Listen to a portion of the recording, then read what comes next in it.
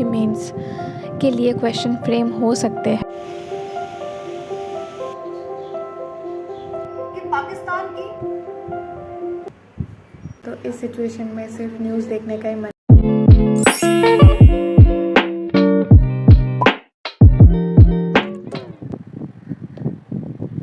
So hello everyone, welcome back to my channel.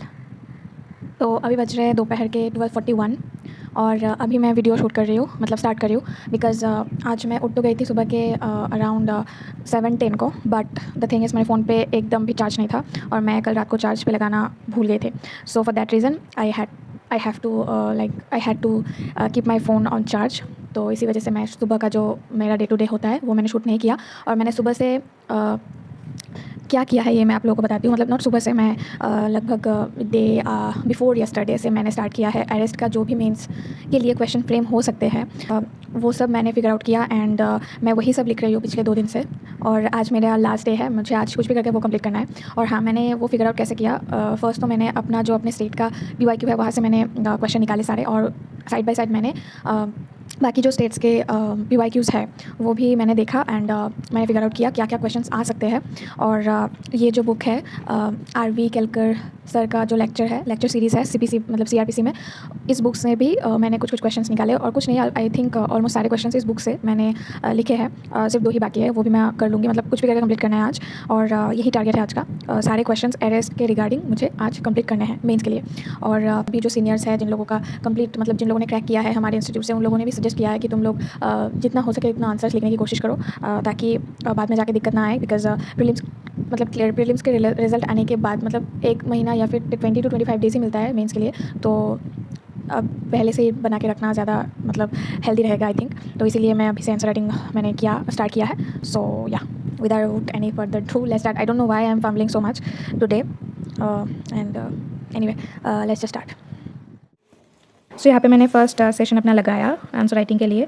और जैसे कि मैंने बताया अरेस्ट का ही क्वेश्चंस मैं सब आज कंप्लीट करूँगी। नॉट आज, मतलब 2 दिन से, जैसे कि मैंने ऑलरेडी बता रखा है, 2 दिन से मैंने स्टार्ट किया है अरेस्ट के सारे क्वेश्चंस को टैकल करने का मैं कोशिश कर रही हूँ। और जितने भी स्टेट्स का मैंने देखा है BYQ अरेस्ट के रिगार्डिंग, और खुद के भी स्टेट का मैंने BYQ देखा मेंस का जो है अरेस्ट के रिगार्डिंग, तो वहाँ पर मुझे मतलब 4-5 ही ऐसे कुछ क्वेश्चंस है जो कि रिपीटेड फॉर्म में आते रहते हैं। मतलब अलग अलग क्वेश्चन फ्रेमिंग थोड़ा अलग होता है हर एक स्टेट का, बट आंसर मतलब वही होगा अल्टीमेटली, है ना। तो ये मैंने एक ऑब्ज़र्व किया है। जैसे कि एक क्वेश्चन है आपके, what are the rights of arrested person. तो इसी क्वेश्चन को कई अलग अलग तरीके से पूछा गया है, ठीक है। तो ये तो जनरल, मतलब ये जनरल क्वेश्चन है, एकदम डायरेक्ट क्वेश्चन है, इसका आंसर डायरेक्ट ही होगा ऑब्वियसली।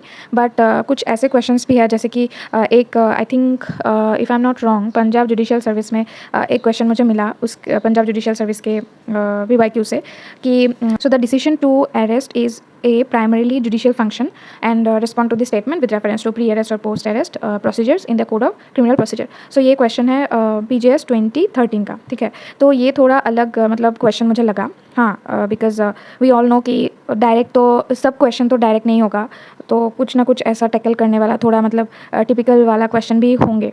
तो इसीलिए ये सारे क्वेश्चंस हमें ज़्यादा, मतलब इन सारे क्वेश्चंस पे ज़्यादा फोकस हमें रखना चाहिए। और एक क्वेश्चन मैं आपको बताती हूँ, ये है हिमाचल प्रदेश जुडिशियल सर्विस 2018 के BYQ से मैंने देखा कि objective behind inclusion of section 50A in the CRPC discuss. तो section 50A we all know कि आपका वो जो फ्रेंड या फिर रिलेटिव या फिर any other nominated person by the person to be arrested, जिसका भी नाम अरेस्टेड पर्सन ने बोला है कि इसे इन्फॉर्म कर दीजिए आप, तो अरेस्ट के बारे में, तो उसी बारे में ये सेक्शन बोलता है। तो इसके ऑब्जेक्टिव क्या क्या हो सकते हैं ये यहाँ पे पूछा गया है। तो ये थोड़ा मतलब घुमा के ऐसे दे दिया क्वेश्चन। तो इन्हीं सारे क्वेश्चंस को ना हमें ज़्यादा मतलब प्रिपेयर करने की बहुत ज़्यादा ज़रूरत है। बिकॉज डायरेक्ट क्वेश्चन जैसे कि rights of the arrested person, और फिर उसके बाद right to produce before magistrate within 24 hours of arrest, और उसके बाद आपका रहता है in what circumstances police can arrest a person without warrant. तो ये सारे सब जनरल क्वेश्चन और डायरेक्ट क्वेश्चन है। ये सारों का आंसर तो मतलब सबको पता ही होगा और सबने अच्छी तरीके से मतलब फॉर्म करके रखा है अपने नोट कॉपी में, रट्टा मार के लिख देंगे, है ना, ऐसा मतलब सबका ही होता है। तो ये जो इनडायरेक्ट क्वेश्चंस है ये हमें फिगर आउट करने की बहुत ज़्यादा ज़रूरत है, और इन सब क्वेश्चंस को प्रिपेयर करके रखना ज़्यादा मतलब आई थिंक हेल्दी रहेगा। So it's a request, if you are watching my videos from very long time और अभी तक आपने सब्सक्राइब नहीं किया है, बस वीडियो देख के आप चले जाते हो, मुझे बहुत दुख होता है। तो प्लीज़ सब्सक्राइब कर देना और लाइक भी कर देना, शेयर भी कर देना और या डू मोटिवेट मी एंड आप भी खुद मोटिवेट होते रहो। तो या तो ये करते करते मुझे एक केस लॉ मिला था, तो यही मैं केस लॉ एनालाइज़ कर रही थी। और केस लॉ एनालिसिस के लिए मैं मतलब आप लोगों को बताना चाहूँगी कि जितना हो सके आप ऑथेंटिकेट जो साइट होता है जैसे कि इंडियन कानून, एससीसी ऑनलाइन, ये सब मतलब वेबसाइट से आप ज़्यादा मतलब केस लॉ एनालाइज़ करने की कोशिश करो, ठीक है। और यहाँ पे मुझे एक अरेस्ट का ही सारा कुछ, जो अरेस्ट के रिगार्डिंग जो भी लैंडमार्क केसेस है, केस लॉ है, उसका एक अच्छा एक सुंदर सा PDF मुझे मिला था, तो वही मैं देख रही थी। इफ़ यू वांट देन आप कमेंट में बताना, मैं उसका लिंक प्रोवाइड करवा दूँगी। और देन मैंने थोड़ा बहुत रेस्ट लिया था, लंच वगैरह किया और शाम को बैठ गई थी। और यहाँ पे थोड़ा मौसम मतलब अच्छा हो रहा था बिकॉज़ बहुत ज़्यादा गर्मी चल रहा है अभी 2-3 दिनों से हमारे यहाँ। और मुझे बारिश वाले मौसम में पढ़ना ज़्यादा पसंद है रैदर देन जब मौसम पूरा ठीक रहता है और मतलब चारों तरफ धूप रहता है। मुझे उस मोमेंट में और उस वेदर में हमेशा नींद ही आती है। मेरा उल्टा है आई गेस, मेरा सिस्टम थोड़ा अलग है। सबका बारिश के मौसम में नींद आता है पर मुझे नहीं आता है, मुझे पढ़ना बहुत पसंद है बारिश के मौसम में। तो आप बताना कमेंट में आपको कौन से वेदर में पढ़ना ज़्यादा पसंद है।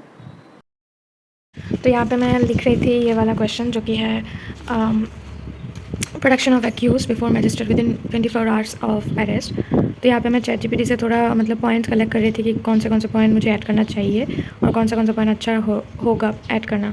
सो मैं थोड़ा मतलब इतना जल्दी मैं लिखना नहीं चाह रही हूँ, थोड़ा मतलब अच्छी तरीके से लिखना चाह रही हूँ, तो इसीलिए आई थॉट कि थोड़ा देख लेते हैं ChatGPT से क्या क्या पॉइंट हम ऐड कर सकते हैं। तो वही मैं देख रही थी, फिगर आउट कर रही थी। एंड अभी बाहर का मौसम कुछ ऐसा है और बहुत अच्छा लग रहा है मुझे।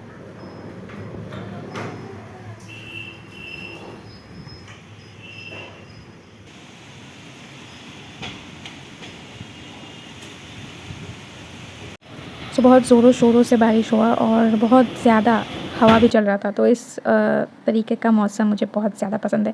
आई don't know, I am so obsessed with this kind of weather. तो मैं कर रही थी यहाँ पे केस लॉ एनालिसिस इंडियन कानून से, Poovan versus sub inspector of police वाला एक केस है जो रिगार्डिंग ऑब्वियसली अरेस्ट का ही है। और यहाँ पे मैं थोड़ा न्यूज़ भी देख रही थी। तो अभी जो मतलब सिचुएशन चल रहा है, तो इस सिचुएशन में सिर्फ न्यूज़ देखने का ही मन करता है, पढ़ाई में इतना ज़्यादा मन नहीं लग पा रहा है टू बी वेरी ऑनेस्ट। और मैं जिससे भी पूछ रही हूँ सबका हालत एक ही है। और हालांकि अभी सब कुछ शांत हो गया है फाइनली और शायद अभी पढ़ाई में मन लग जाए। बट मैंने कंप्लीट किया है, जैसे कि मैंने बताया था कि मैं मतलब आंसर राइटिंग कंप्लीट करूँगी। हालांकि कुछ मतलब 4-5 not 2-3 to be very honest, 4-5 questions बचे हुए हैं मेरे जो कि थोड़ा लेस इम्पॉर्टेंट है, मतलब एवरेज वाले क्वेश्चन इतना चांसेस नहीं है आने का, तो इसलिए वो मैंने अभी तक नहीं लिखा है। देखते हैं अभी कितना दूर हो पाता है। So yeah that's it for today guys, thank you so much for watching. और हाँ, उसके बाद मैंने इतना कुछ नहीं लिखा कि मैं शूट कर पाती। So yeah that's it, bye bye, take care.